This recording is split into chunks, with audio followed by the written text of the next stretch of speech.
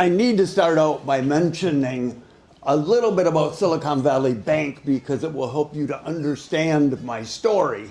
Also, I want to mention that when the book was first published, which was at the end of last year, Fortune magazine called me up and they wanted to have an interview about the book. So I said, of course, I'd love to do that. When I got together with the reporter, he said, first we got to talk about Silicon Valley Bank. And I said, well, you know, I really don't want to do that. And he said, well, you've got to. And I said, why? And he said, because you're like a man with a chicken sitting on his head. Nobody's going to listen to you until they can figure out what that chicken is doing on your head. And I said, well, what's the chicken anyway? And he said, Silicon Valley Bank. So I want to just tell you, I left Silicon Valley Bank at the end of 2019. Silicon Valley Bank disappeared pretty much overnight in March of 2023. Actually, it wasn't even the fault of Silicon Valley Bank's business model. The business model was very good and made us very successful. It was a big mistake made by the management team, and I honestly don't understand why they did it, but it's a mistake any bank could have made, and it was a terrible one because it caused the bank to disappear in about 2.5 days. And without getting into why, I just want to say, again, not the business model. It was taking excess deposits and putting them into long-term bonds. A bank normally takes money from depositors and lends that money to companies. And that's what we've done successfully for more than 30 years at that point. But because of the COVID, the Federal Reserve pumped a lot of excess money into the economy. A lot of it washed up on our shores at Silicon Valley Bank. The management team couldn't figure out what to do with all that money. So somebody got the bright idea, let's put it into long-term treasury bonds. Unfortunately, I don't know how many of you spend your time thinking about this stuff, probably almost nobody, but unfortunately, if you put money into a long-term bond, you're gambling. Banks aren't supposed to gamble. You're gambling in the sense that if rates around you go down, the value of your bond goes up without you doing anything at all. On the other hand, if rates go up, the value of your bond goes down, and that's what happened. The bank lost a ton of money on those bonds, and when they reported it, there was a run on the bank, and literally in 2.5 days, the bank disappeared. So that's all I wanted to say about that. I have already now described to you our business model. We worked only with technology companies, mostly early stage venture-backed technology companies. They would deposit their money with us, and then we would lend it out to them. Of course, the people that deposited and the people that borrowed weren't really the same companies. Sometimes companies have excess cash and they deposit it. Sometimes companies need cash and they borrow it. That's what we did. Now, when I became CEO in 2001, I decided that it was really important to go overseas, to go to the other innovation centers around the world. And that's almost the only big decision I made in 10 years. But it was an important decision because there are innovation centers in various places in the world, and we already dominated the innovation space in the US at that point.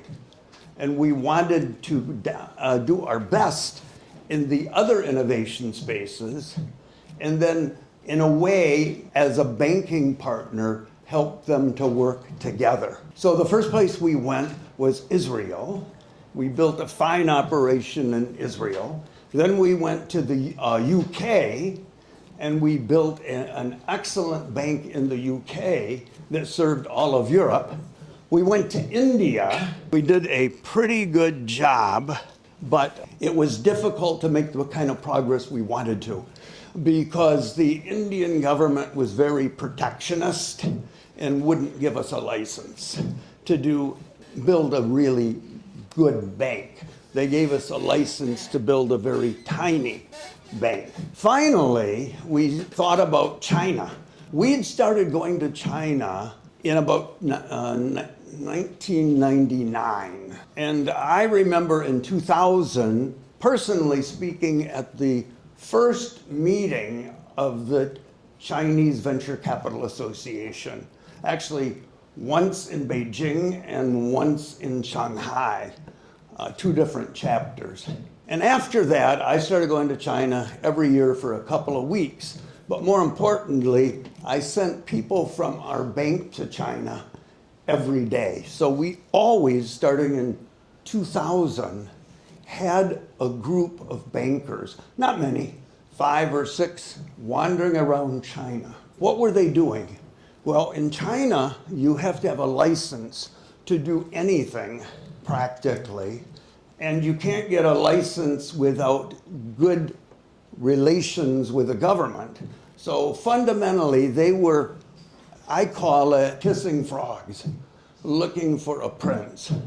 They were trying to find somebody in government that was interested in what we were doing. And it took a long time. Finally, in 2008, when I was there for a 2-week visit, I got invited to a party on a boat on the Yangpu. And I didn't realize that this party was almost explicitly taking place in order to give party secretary, one of the districts in Shanghai, to meet me.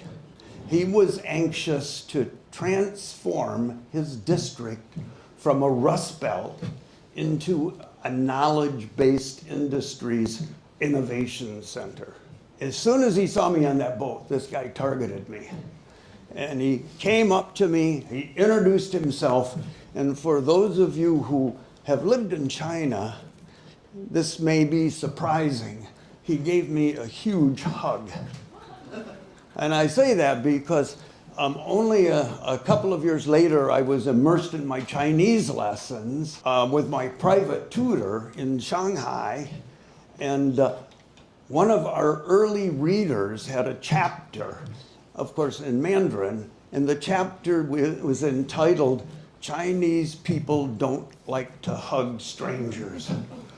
But this guy was anxious to give me a hug. He kept giving me hugs every time I saw him. I think I got hugged by him more than by my own wife. And we started to build a relationship. He was anxious to introduce me to as many people, relevant people in government, as was necessary to get me a license so that I would be able to set up a bank. And he was angling to get the bank into his district in Shanghai. So that's the first part of the story. At the end of 2010, I retired.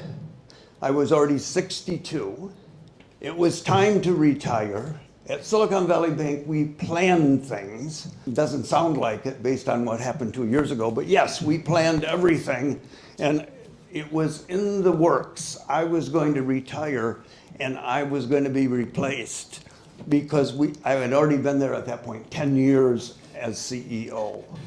30 years in total I spent there, but as CEO for 10. Just as I was retiring, we got word from Beijing that this party secretary had been successful. We were going to get a license. So the board looked around and they tried to pick the person to go. And it turned out everybody was enthusiastic about China, but nobody actually wanted to move there. It wasn't an anti-Chinese thing. It was, they've got kids in high school, they've got other responsibilities, they've got parents that they had to take care of. Everybody had an excuse. The board said, well, let's ask Ken. So I went home and I asked my wife. My wife immediately said, you gotta be kidding. Of course we'll go. What an opportunity. Which surprised me because 20 years before, when I told her I wanted to move from Boston to California, she said, no way, we're not going. And I did talk her into it that time. This time I was anticipating a long sales process to get her to go, but she immediately leapt on it. At the beginning of 2011, we moved to Shanghai, and she started doing what she wanted to do, which was traveling a lot around, looking at Buddha caves and visiting museums. And I started doing what I wanted to do, which was to build a bank to serve technology companies. Actually, we got a license for all of China, not just Shanghai. We could go anywhere in China, and we had to have a joint venture partner. I was assured it was for our sake, not for anybody else's, because China's difficult for foreigners to understand, and this joint venture partner would guide me. So I set to work, working with my joint venture partner to get the license. Now, what I want to do in the next perhaps 7, 8, 9, 10 minutes, and this is really the heart of the story, is to describe to you what I call the arc. An arc is a very simple term. It just means the path, the shape of the path of the development of an organization. And my contention today will be that every American company that goes to China experiences the same arc. Sometimes the arc is 35 years long. Sometimes it's more like 10 years long. Ours ended up being about 10 years long, but it's almost always the same arc. But of course, an arc will have an infinite number of points on it. I'm only going to describe 3 points on the arc. And those 3 points will help you to understand what the arc looks like. And my contention is that virtually every American company that goes to China has the same arc and will at some point experience the same 3 things I'm going to describe today.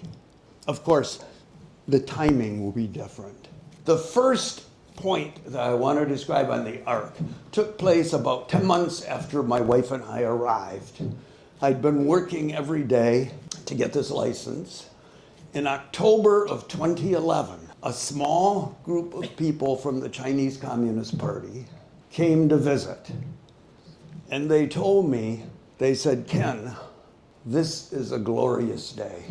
We are truly happy to be able to give you your license today. I assume that you're as happy as we are. This is a banner day.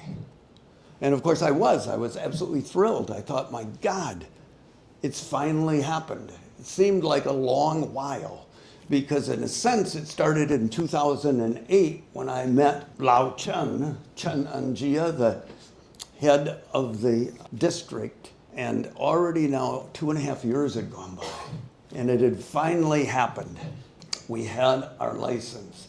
However, within a week or two, and you're going to wonder when I tell you this, you're going to wonder why I didn't know it before, but I didn't. Within a week or two, I learned that that license was almost worthless. And I'll tell you why I say that. Because in almost every country where we've set up a bank, a single banking license enables the new bank to do everything another bank would do. any other bank would do. And in the US, it's definitely that way too. But in China, a banking license actually only allows you to call yourself a bank. It doesn't allow you to do anything. So you can open up your doors and greet customers and say, come into our bank, but you can't do anything for them. Every single discrete banking activity requires a separate license. So if you want to open up a checking account for a customer, you have to have a checking account opening license. And if you want to open up a savings account for a customer, you have to have a savings account opening license. And actually, it depends on the type of savings account, because there are low interest savings accounts and high interest savings accounts, and each of those requires a separate license. To exchange money requires a license. To offer a working capital line of credit requires a separate license. Offer a term loan requires a separate license. Everything requires a license. You can't even have a website without a website license, and that can only be applied for after you've been in business for a year. So you can see that license didn't do that much for us, at least in the near term. A bank like ours would require about 20, 25 different licenses, and we never got them all. But the other thing I learned was even more astounding, and that is that we were not going to be allowed to use Chinese currency for 3 years.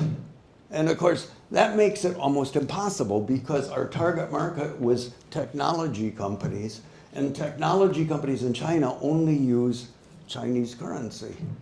They don't use US dollars. They fundamentally have only two uses for money: paying employees and buying things that they need for their business.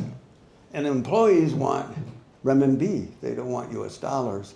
And if they want to buy something for their business, generally speaking, it comes from overseas, they have to go to a government-regulated trading company, give the government-controlled or at least regulated trading company renminbi, and that company takes the renminbi to SAFE, the currency controller in China, and exchanges it for the foreign currency that they'll need depending on which country they're buying it from. If it's working the other way around, it's just the reverse process.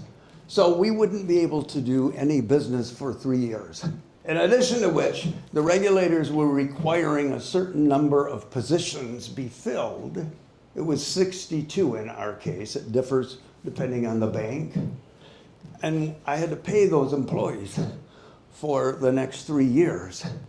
But they said, don't worry, we really want you here.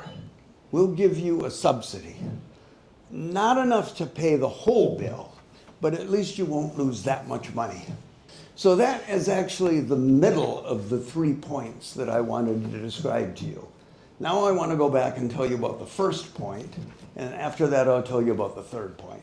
The first point is, how did I get talked into doing this in the first place? Lao Chen Anjia, the party secretary of the Yangpu district, introduced me in 2009 to the person who was then the party secretary for all of Shanghai. And those of you who know about Chinese government will remember this gentleman. His name is Yu Zhongsheng. And at the end of 2012, when Xi Jinping came to power, Yu Zhongsheng was elevated from party secretary of Shanghai to the standing committee. So at least in theory, I was spending time with a person who would become one of the 7 most powerful people in China, at least on paper. And I want to describe to you my meetings with Yu Zhongsheng. There were either 4 or 5 of them. But here's what transpired. Yu Zhongsheng told me that his people had scoured the universe, looking for the bank that could help them learn how to finance technology companies. He said, we looked everywhere and we found you. And of course that felt quite good because I'd been running the thing for quite a while and it made me feel like I'd accomplished something, but it gets better. In a subsequent meeting, he told me that our bank was perhaps the most important bank in the world. And he's explicitly said, you are more important than Morgan Stanley. Well, the guy who opened up the first Western type investment bank in China several years prior to that is a friend of mine from San Francisco, Jack Wadsworth, and I couldn't wait to go home and tell him that our bank was more important than Morgan Stanley. But it gets better, because in a subsequent meeting, I think Yu Zhengsheng just got all wound up. And he said, you know, your bank is more important than Goldman Sachs. Now, you're probably wondering just how dumb I am that I fell for this. And I'm really not quite that dumb. It's just that it felt really good. I knew he was exaggerating, but it also gave me the feeling I was on the path toward this license. And as it turns out, I was. Now, I've already described to you the second point, and that's getting the license. Now let me describe the third point. And after that, I'll turn to the whole question of why do we so often fail in China? The third point was obviously 3 years after the second point, because the second point was, here's your license, you can't use renminbi for 3 years, which, by the way, is a little bit like saying to you, I'm giving you a license to set up a Chinese restaurant here in Washington, D.C., but you can't use any Chinese ingredients for 3 years. It just was untenable. So what I did was, in that 3-year period, I spent a lot of time traveling. I saw 19 provinces, and there aren't many more than that. And the other thing was I plotted 3 paths to Xi Jinping, thinking that Xi Jinping is probably the only person who can make an exception. And I plotted 3 different paths. I mapped it out, and I pursued them as best I could. I never got there. But I do have evidence that he read my stuff, because things in China often go up the hierarchy, and various government officials make notes in the margins, and then they come back down again. The evidence suggests that they got all the way to Xi Jinping, but we never got any exception. And actually, after about 2 years of my lobbying, one of the people from the regulatory body in Shanghai, the CBRC, it's no longer called CBRC, but at that point it was, came to me and said, cool your jets, quit lobbying, you're annoying people. So I just traveled around. After 3 years were up, again, a small contingent from the Chinese Communist Party came to me and said, this is a wonderful day. We are so happy that this day has finally come. I suspect you're happy, but you can't be even happier than us. And then they said, starting in another week or 2, you can start reusing renminbi. But I want you to know, we so admire your business model that we've decided to open up a bank of our own using your business model. And I said, well, hang on just a minute. You own 50% of our joint venture bank. And they said, we know, but we want to have one of our own. That's important. And then they actually, with a big grin on their face, said, would you mind spending some time with the management team of the new bank? Because there are some of the finer points they don't fully understand about your business model, and you could help them be successful. So that really sums up my experience in China. I will tell you, my wife and I loved China. If you were to wake us up in the middle of the night and say, what was the happiest time of your life? either of us would say the years in China were amazing. Chinese people are fascinating. Chinese history is fascinating. Chinese culture is fascinating. Everything about it was good. And then if you forced me to express an opinion with respect to the Chinese Communist Party, I would be forced to tell you that it may be the world's worst joint venture partner. In any case, I would not deliberately enter into a joint venture with the CCP again. I might encourage others to try it, but I wouldn't do it. Of course, I'm 77, and I don't have that much energy anymore. And it took a lot of energy because it was like, in my opinion, if you could imagine this, a horse-drawn cart with a single driver, and you're the horse. And the driver is sitting on that seat, and in one hand he's got a little whip, which he uses occasionally to remind you that he wants you to go faster. And in the other hand, he has a long pole that hangs out in front of your nose, and dangling from the pole is a carrot. And you just keep thinking, if I run faster, I'll get the carrot. But guess what? The carrot moves faster than you do, or at least at the same speed, and it's always out in front of you. You never actually reach it. Now, no sane person takes their company to China in order to fail, right? And I am actually sane, regardless of what you think. So I want to describe why I think we so often fail. And I'll mention 3 or 4 reasons. Some of them are on us, and some of them are on the other side. As regards us, I think we Americans often fail in China. And by the way, there are really only 3 kinds of American companies in China, or have been. One of them is the ones who are getting screwed and know it. Another is the ones that are getting screwed and don't know it. And the third are the ones that aren't getting screwed yet, but just wait. It will happen. And I can give you many examples of each category. So why do we fail?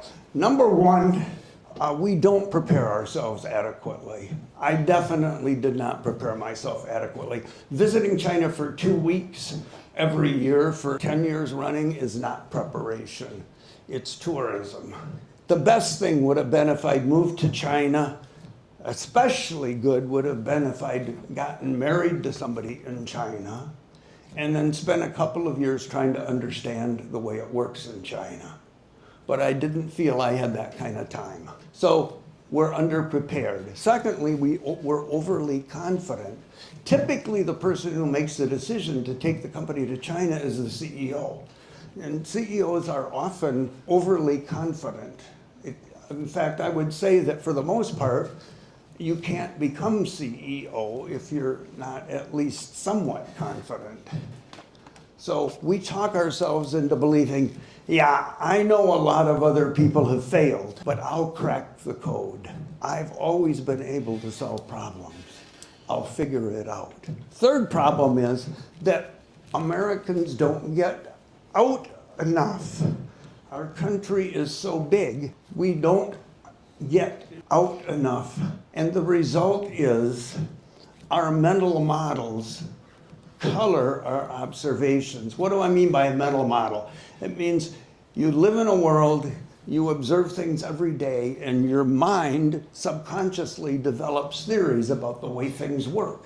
And it's all based on where you're living. So if I take my mental models and go to the UK, they'll work most of the time. Maybe not 100% of the time, but most of the time. I lived in Germany for several years. My mental models worked quite a bit of the time. Not as much as they would in the UK, but quite a bit of the time. But if you take your American mental models and go to a country like China, you need to spend a lot of time sitting back and observing and thinking, because your mental models will lead you to believe things that aren't necessarily true. And that's the third reason that we have such problems. One of our mental models, by the way, I have to tell you this because I think it's kind of funny. The guy who came after me, I was there 4 years, and then the bank sent somebody after me because I was already exhausted. And the guy who came after me, after he'd been there a couple of weeks, he took me aside and he says, "Ken, I think I figured it out. As long as we obey the law, we don't need to have any government relations function." It's the other way around, in my opinion. I would always recommend obeying the law, but there are times when it's hard, and you can permit yourself a few infractions as long as you have good government relations. But you can obey the law 110%, and if you don't have good government relations in China, you're potentially in trouble. So that's one of the mental models that this guy had developed over a 50-plus year period that just didn't work. And one other thing I'll mention in that regard was that one of the things we really, really needed was what I would call a high interest paying savings account. It turns out you have to have a license, and we weren't given one. And no matter how hard we tried, the government wouldn't give us one. And then one day, another bank came to us and said, "We know you want a license to offer a high interest bearing savings account. We have one. We'll rent it to you." So when I told our board back in California we were going to rent somebody else's license, they wanted to send me to a loony bin. Our joint venture partner said, "Of course you can do that. We all do that kind of thing. Just go ahead and do it." And so we did it, and it worked. So that's that. So that's on our side. That's how we fail. Part of the blame belongs on China's side too. Or maybe it's just on our side because we haven't taken the trouble to understand China well enough. So a good example would be negotiation styles. Anybody in my age bracket in the US who has been in corporate America has had to go to negotiation class as they were coming up. And the negotiation seminars in the US, at least when I was younger, and probably still today, are all based on this concept getting to yes, which came out of something called the Harvard Negotiation Project, which was in the early 1980s, and you may have the book on your shelf somewhere, Getting to Yes. And what it says is, if you and I are in a negotiation, you're on one side of the table, I'm on the other, it's incumbent on both of us to figure out what the other person needs and to try to fashion an agreement that will make both parties happy. The Chinese Communist Party has never read Getting to Yes. Before I left, I read a book that was written in, ironically, the same year as Getting to Yes, I think, 1982. And it was called Chinese Commercial Negotiations. It was written by a very well-known sinologist at the time at MIT, Lucian Pai. And this book, which I've got on my shelf, actually 2 copies, basically says when you go to China and negotiate with the party, you have to expect attempts at intimidation, misinformation, shaming you, because it's a game. Well, maybe not really a game, but the goal is to win. And getting to yes is not part of the picture. And when I read that book, I thought, Lucian Pai, my God, he's dead now, so I can't talk to him, but he must be one of the most jaded, negative people in the US that he wrote a book like this. Within a year, I had experienced everything that he had written about in the book. So I think the approach to negotiation is different. I would say not as good, but in fairness, it's just different. And I didn't understand it. By the way, I'm not 100% convinced that our president does either. I think his negotiation style fits into a different category altogether. It's neither the Chinese negotiation style nor the getting to yes negotiation style.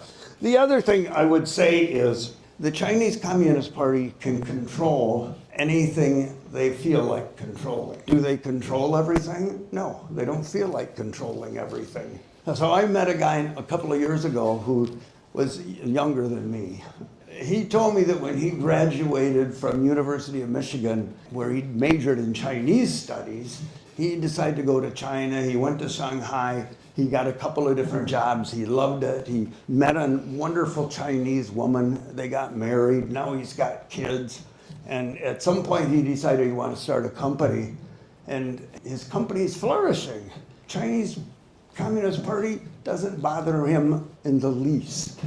I said, well, that's fascinating. What does your company do? He says, well, I think of myself as a spatulist. We make spatulas for barbecuing. So barbecue equipment, everything you need to barbecue in your backyard. And it suddenly occurred to me, that's not one of the strategic pillars. So of course he's not. There's nobody really trying to control what he does. But today, in China, companies are virtually required to have what's called a party committee. And the party committee ultimately control things if and when it wants to. And that makes it a little different, but that's again a question of mental models, because I'm not used to that. Although things are changing here in the US, and it's starting to look a little more similar, which is why I'm glad I'm no longer working. But I do want to at least offer some advice, and because I don't want you to go away thinking, I think it's impossible, or you should just not go to China. I don't believe that at all. First of all, I want to repeat what I said at the beginning. Our years in China were the most interesting of our lives. And then I want to say, if you're determined to go and take your company with you, what should you do to enhance the probability of success? And I'll give you a handful of suggestions, and then I'll bring this to a conclusion. Number one is, don't make assumptions. Don't go thinking you understand China. Go with your eyes wide open. Observe. Think about what you see. Take your time. Number two is avoid the extremes of skepticism and wild enthusiasm. Because if you're wildly enthusiastic, you will talk yourself into believing that things you observe support your enthusiasm. And if you're extremely skeptical, you will talk yourself into believing that what you're observing supports your skepticism. Try to be objective. Stay in the middle. Everything has a reason. The Chinese Communist Party doesn't do irrational things. It's just not working in your favor. But it's not irrational. Third, learn the communication style. My trusty assistant, after about 6 months with me, took me aside one day and said, Ken, you are never going to succeed here in China. And I said, why? And she says, because of your personality. And I said, what do you mean? And she said, you are constantly saying what you think and meaning what you think. She said, we don't do that. We work differently. Understand innuendo, understatement. And it took me a long time to figure that out. But what I did do to help myself was I hired 2 translators. They went with me everywhere. And one of them took notes while the other did the translating. And then they would swap off. Because the one who was taking notes was responsible for telling me what people meant, not what they said, but what they meant. And that was helpful. 2 more things, pieces of advice. Negotiations in China are a tit for a tat. If you do this for me, I'll do this for you. First of all, whatever you're supposed to do, make sure they do what they're supposed to do first. Because the minute you do what you're supposed to do, you've lost your leverage. And secondly, make sure that the steps are always tiny. I'm only going to ask you to do this small thing. And in exchange, I'll do this small thing. And then it'll be my turn to do this small thing. And it'll be your turn to do this small thing. Small increments. I foolishly stuck 120 million into the equity base right after we got the license. My leverage went right down the tubes immediately. So work in small increments and insist that the other side perform what they've promised. And then finally, don't kid yourself about how much they like you. All that flattery is not a true expression of admiration. One of the things that you will hear after you've been in China for 2 weeks is, I've enjoyed talking with you so much. You seem like an old friend. That's a concept in China, an old friend. As soon as you hear yourself being referred to as an old friend, be prepared for something else. They'll be asking you if you can hire their kid or help them get into a university, or something of that sort. Just understand it's a highly transactional society with not a huge level of trust. And so recognize that. One of the best books I ever read was a book that was written, I think, in 2008 by James McGregor, called 1 Billion Customers. So as soon as we got to China at the beginning of 2011, I sought him out. When I was in Shanghai, it turns out he was in Beijing. I asked him to take me to dinner, or go to dinner with me, rather. I flew up, we had dinner together. He was a wealth of knowledge. At the end of dinner, we walked out to the street, he to go into his car, I going toward mine. And suddenly, Jim stopped me and he said, "Just one more thing, Ken. Who are your friends in China?" And I stopped to think, and about 10 seconds later, he said, "Don't bother, because I know. You don't have any friends in China. Nobody does." So, of course, people have friends, obviously. But it's easy to think that you have friends that are viewing you transactionally. Even Lao Chun, who embraced me every time he saw me, it turned out that he was just using me. He wanted our bank in the Yangpu district, and he wanted his ne'er-do-well son to work in our bank. And that's what it was all about. He was always nice to me. He always smiled. But there wasn't any real, what you might think of as friendship there. It was all about what he wanted and what I wanted. So what is it about Chinese culture, do you think, that allows them to do this? I think Chinese culture is different than ours in a number of different ways. Some so mysterious that it's almost impossible for somebody who's not from China to understand it. But it's definitely not uncommon for young people in particular, but even older people, to work 6.5 days a week, 12 hours a day, and sometimes even more than that. And there's a much more of emphasis on education than we have, which is why if you go to our graduate schools and look at the who's studying in the hard sciences, you'll find a disproportionate number of foreigners. It's a totally different culture. Those things help. They may wear people out, and they may not be what we would call balanced, but they do help a country get ahead. And I'm not saying that I'm taking sides here. I like work-life balance. And I've always personally believed that I get more accomplished in 50 hours than I would in 80. And I'm somebody who likes 8.5 hours sleep every night. I think it's helped that country get ahead, and especially if it feels like it's behind and wants to get ahead. I don't know if that's a satisfactory answer, but I believe what I said. As mentioned, there are some technologies where China's ahead. As you mentioned, the U.S.'s business and political culture is in some ways becoming a bit more like China. Do you see the U.S. trying to sort of run the playbook you talked about, the ARC, in reverse through joint ventures, through technology transfer, and do you think that has any odds of working? Well, let's say, first of all, it's my understanding from my study of history that we have done that in the past. So it would not be exactly brand new. And I think anything is possible. I do.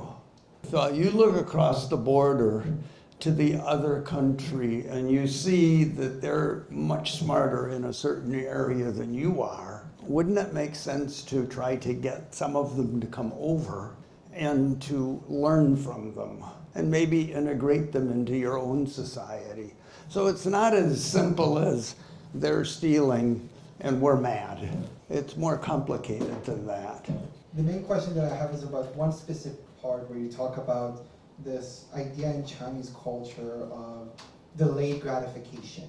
Now, from how you describe Chinese business making, there's not necessarily that much of explicit want for delayed gratification. If in fact there's much more pressure to get their side gratification happen very instantaneously or very pushed. So I was wondering, where does it manifest? Where does it manifest? It manifests itself in generations of people that will work themselves to death for the sake of the next generation. I don't know about your parents, but my parents were never really particularly worried about whether or not I was going to do well in my life.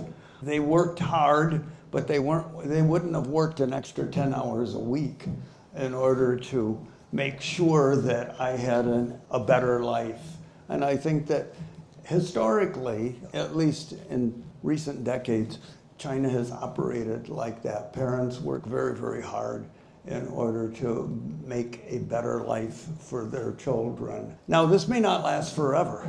We're dealing with people. We're not dealing with some unique genetic code. All right, well, thank you everyone for coming tonight, and thank you.